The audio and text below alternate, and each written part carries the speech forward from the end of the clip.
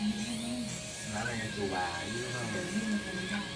Chùa Bà bên đó. Tháp đang lên xuống. Bên chùa Bà này. Được. Đấy mình đi chùa Bà đó. Thì chùa Bà lên đó. Chùa Bà bên đó. Tát lên đó. Chắc cái kia ý chừng lên.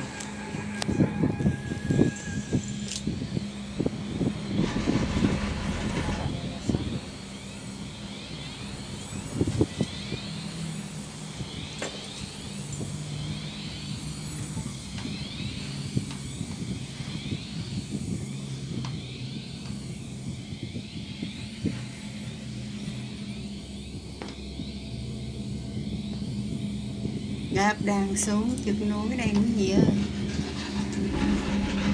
Đi với một nhóm già rẻ hết trơn à, còn có mình tôi à.